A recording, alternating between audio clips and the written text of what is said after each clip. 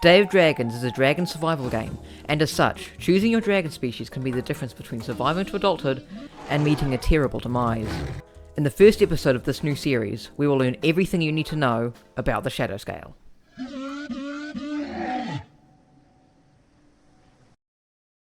Let's start off with what most distinguishes the Shadow Scale from the rest of the dragons in the game: its abilities. This dragon's breath attack is unlike any other currently in the game.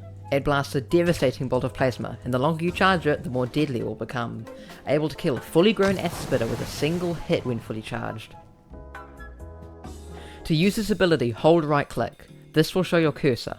The cursor will mark where the blast will land. To fire, left click while the cursor is on screen, and hold the left mouse button to charge the attack. The longer you charge it, the more bile it will use up, but the more deadly it will be. A fully charged blast will use up all of your bile, and you won't be able to shoot again until your bile regenerates, so try to only use this if you're sure you can hit the shot. The impact of a plasma blast is also the loudest sound in the entire game, so use it carefully, as enemy dragons could use the sound to locate and hunt you down. The Shadow Scale's main ability is a cloaking mechanism.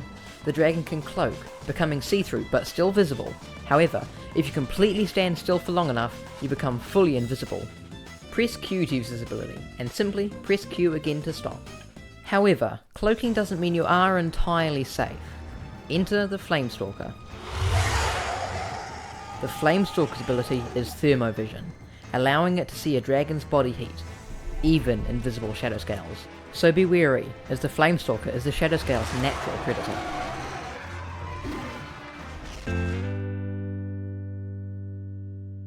In Day of Dragons, each creature has its own lifespan, and as such, they all take different amounts of time to reach adulthood. In this regard, the Shadow Scale is probably the best pick for a first-time player. As of right now, it has the shortest growth time of any non-DLC dragon, coming in at just 2 hours of growth time. Other dragons, like the Flamestalker or Inferno Ravager, come in at 3 to 4 hours of growth time. Still yards better than the Isle's growth time, might I add.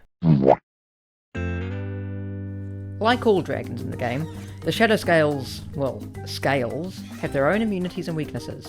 So let's have a look at what they're resistant to, and what will shred through them like butter. First off, the Shadow Scale has nearly no resistance to pierce, so talons and fangs are something you'll want to watch out for. Second, let's look at impact. This is the resistance to high impact damage, so crashing or being shot by a blast with a lot of force behind it. Fire, surprisingly, it has quite a lot of resistance to. Frost, while not yet in the game, it seems will hurt you more than fire. Now, plasma is interesting. Most dragons do have some level of immunity to their own element, so you may think you'd be fine against a Shadow Scale attack. But plasma blasts have a lot of impact behind them, and the Shadow Scale's resilience to impact isn't the greatest. Lightning it also has quite a good defense against. Acid, on the other hand, is lethal. If you see possibly aggro acid spitters, get out of there before it's too late, and if they get the first hit off, your stamina will drain, and you'll only be able to fly so far away.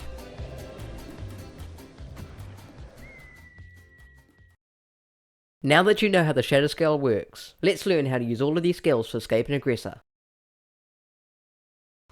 For dragons in the Fire class, this should be the best strategy for escaping their attacks. First off, take to the skies. Your superior agility and speed should give you a chance to outrun them.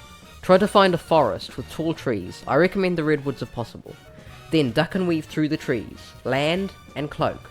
This will require some practice, but when mastered can completely throw an aggressor off your trail. If an acid spitter is approaching you, try to fly away before it can land a hit on you. If it lands a hit before you can fly away, it will drain your stamina and you won't be able to escape. The best course of action in this instance is to stand your ground and fight back. It will take 3 to 4 plasma blasts to kill an acid spitter. Try to back yourself into a corner or up against a cliff, and use Alt Turn to keep facing the spitter. Then, when it comes into the attack, try to land a shot. Alternatively, if it hits you and you manage to get airborne, try to find water to wash off the acid. And that is everything you need to know about the Shadow Scale. I would say the Shadow Scale is the best pick for a first time player. Surviving is helped made easier by the cloaking mechanic, and its agility makes it great at escaping wild dragon attacks. I hope you learned something new today. A lot more content is right around the corner, so if you found this video helpful, maybe drop a like and subscribe. I have more videos like this coming in the future, as well as lots of other Day of Dragons, and maybe soon to be other Dragon Game, videos on this channel. I got quite sick during the creation of this video, so if my voice goes a bit weird in the second half, that's why.